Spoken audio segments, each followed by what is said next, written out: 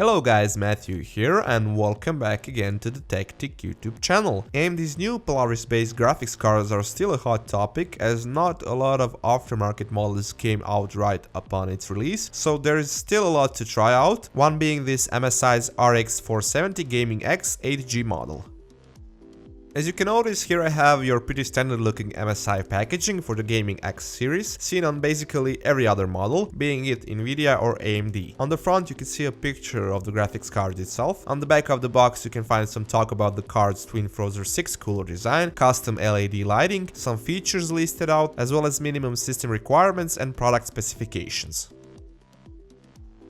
Opening up the box, here you'll be greeted by some usual paperwork, optical disc drivers and software and promotional material, and that's basically it for the bundle. And finally, here's the card itself.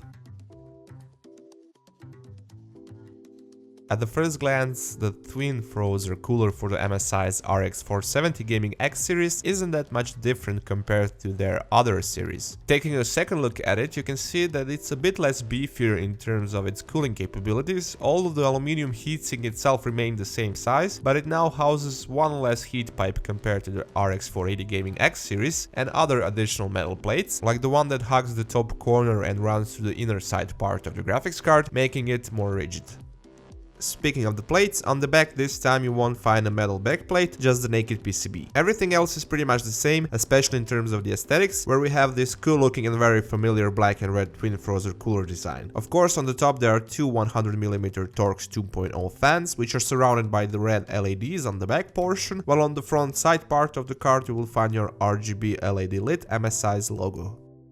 Right next to that you can see that we don't have any Crossfire bridge connection, not that it isn't supported, but this new generation of AMD's architecture doesn't need it since it can communicate over the PCI Express interface and establish a multi-GPU setup between two or more graphics cards just like that. Last but not the least, for video outputs you'll get two display ports, two HDMIs and one DVI-D, while for powering up the graphics card you will have to provide it with one 8-pin PCI Express power connector. Putting the graphics card onto my testing rig, before I started my benchmarking session, first I went ahead to do some overclocking on it, finding the max stable values for the GPU core clock and memory speed. Here I reached pretty decent 1400 MHz for the GPU core clock speed, fully stable across a really wide range of games, as well as 1970 MHz for the memory frequency, which is actually well above your average overclocking result. Taking a look at the benchmarking results, the RX 470 seems to be a perfect choice if you're aiming to have a GPU that's capable of reaching 60 FPS using high settings at Full HD resolution in most of the AAA games, especially if you count in the additional performance achieved with overclocking. It's even capable of running my 21:9 1440p monitor, as you can see it here, although it will hang around that lower 30 to 40 FPS mark. I figured that with the regular 16:9 1440p resolution you could get around 40 to 50 FPS in these games, which is more than good enough for majority of users.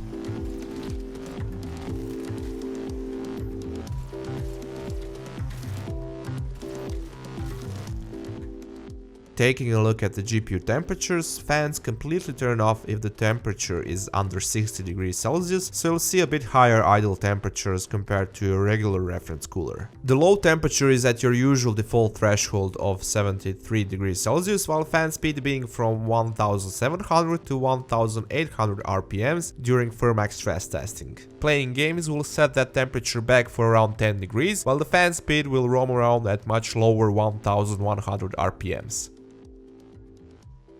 Since this cooler is more tamed compared to the RX 480 Gaming X series, the RX 470 Gaming X is a bit louder than it under full load in FUTUREMARK stress testing, but that's no wonder since the fans run anywhere from 400 to 600 RPMs more, while on the other hand it's whisper quiet when playing games, just like the RX 480 Gaming X model.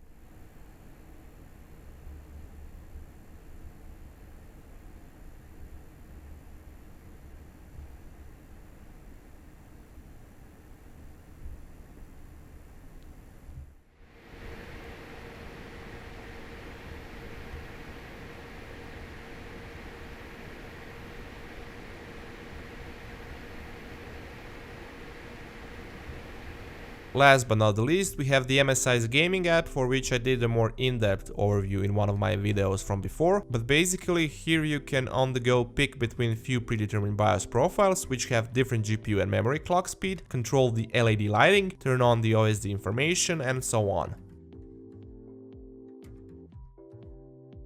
That's it guys for this time from me. Thank you once again for checking out the unboxing and review of the MSI's RX 470 Gaming X 8GB graphics card. Feel free to give this video a thumbs up if you like it, it helps me a lot. Leave a comment down below if you have any questions about the product, and of course if you would like to see more content like this you can subscribe to the TechTick YouTube channel, or you can just check out some of the other videos from before.